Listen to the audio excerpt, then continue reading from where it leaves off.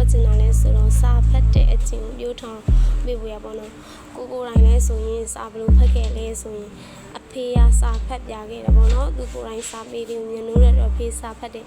အဖေဆိုတဲ့ပတ်ဝန်းကျင်ကစာဖတ်တဲ့အတွက်သမီးဖြစ်တဲ့ကိုကစာဖတ်လာပေါ့နော်ဘလို့လဲဆိုရင်ကိုကဆက်စားခြင်းကလေးဆိုတော့စာတွေဘာတွေရဲ့အဓိပ္ပာယ်တွေကိုနားမလည်ဘူးကိုကပထမဆုံးအဖေဖတ်တဲ့စာတွေက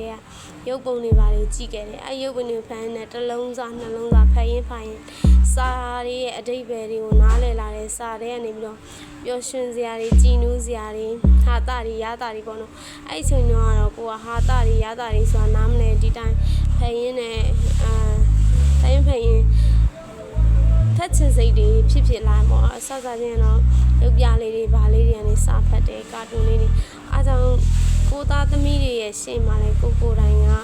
အကျင့်ကောင်းလေးတွေကိုလုပ်ပေးတယ်ဆိုရင်ပူဆက်တတ်ပါတယ်အားကြောင့်မလို့ကိုသားသမီးတွေရဲ့ရှေ့မှာဆိုရင်လက်ဦးစရာ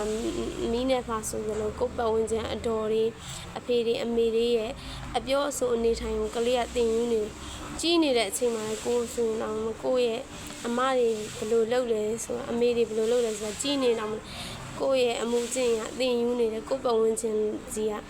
တက်ကြီးတဲ့လူတွေအောင်တင်ယူနေတယ်ကလေးတွေဆိုတာသူတို့ရဲ့အမှုကျင့်နေလုံးဝဖြူစင်တယ်သူတို့မှာဘာအတိအကျင့်မှမရှိလားပတ်ဝန်းကျင်ကိုပဲမှီခိုးပြီးတော့သူတို့ကပြောဆိုသုံးနှုန်းတယ်ပတ်ဝန်းကျင်အသုံးနှုန်းတိုင်းသူတို့ရဲ့ယဉ်ကျေးမှုတွေလိမ္မာပန်းနမှုတွေတော်တော်များများဖြစ်လာသဘာဝအလျောက်ပဲထူးချွန်လာတဲ့ကလေးတွေဆိုရှိတယ်ဒါပေမဲ့တော်တော်များများကမိဘရဲ့မနဲ့သူနဲ့တူတူနေထိုင်တဲ့ပတ်ဝန်းကျင်ကနေပြီးတော့အမှုကျင့်တွေကူးဆက်လာဒါကြောင့်မလို့ကိုယ့်ရဲ့သားသမီးတွေကိုယ့်ရဲ့တူမတွေအကျင့်ကောင်းတွေကိုရစေခြင်းနဲ့ဆိုရင်သူတို့နဲ့အတူတူနေတဲ့အခါမှာအမှုကျင့်ကောင်းတွေနဲ့ပြောဆိုနေထိုင်မယ်ဆိုရင်အကျင့်ကောင်းတွေဆွဲမြဲလာမှာပါဒါကြောင့်ပတ်ဝန်းကျင်ဟာကလေးတို့ရဲ့ဆရာပါကလေးတွေနဲ့အတူနေတဲ့ပတ်ဝန်းကျင်ကိုကောင်းမွန်စွာနေထိုင်ပြောဆိုပေးဖို့လိုအပ်ပါတယ်။ဒါမှသာကလေးတွေကလည်းအမှုကျင့်ကောင်းတွေကိုဆွဲမြဲလာမှာဖြစ်ပါတယ်။ပတ်ဝန်းကျင်ကကလေးတို့ရဲ့ဆရာပါဆဲတဲ့ပတ်ဝန်းကျင်မှာနေတဲ့ကလေးကအဆဲကျွမ်းကျင်သလိုပဲသူ့အဖေအမေကတော့မဆဲဘူးဒီကလေးမှဆဲတယ်အဲ့ကလေးနေတဲ့ပတ်ဝန်းကျင်မှာဆဲတဲ့လူရှိလို့အဲ့ကလေးနဲ့အနီးဆက်ဆုံးနေတဲ့လူဆဲတဲ့လူရှိလို့အဲ့ကလေးကဆဲတာအဲ့လိုပဲအမြဲတမ်းမိဘကနေပြီးတော့စွန့်တော်တွေကတ်နေတဲ့လူ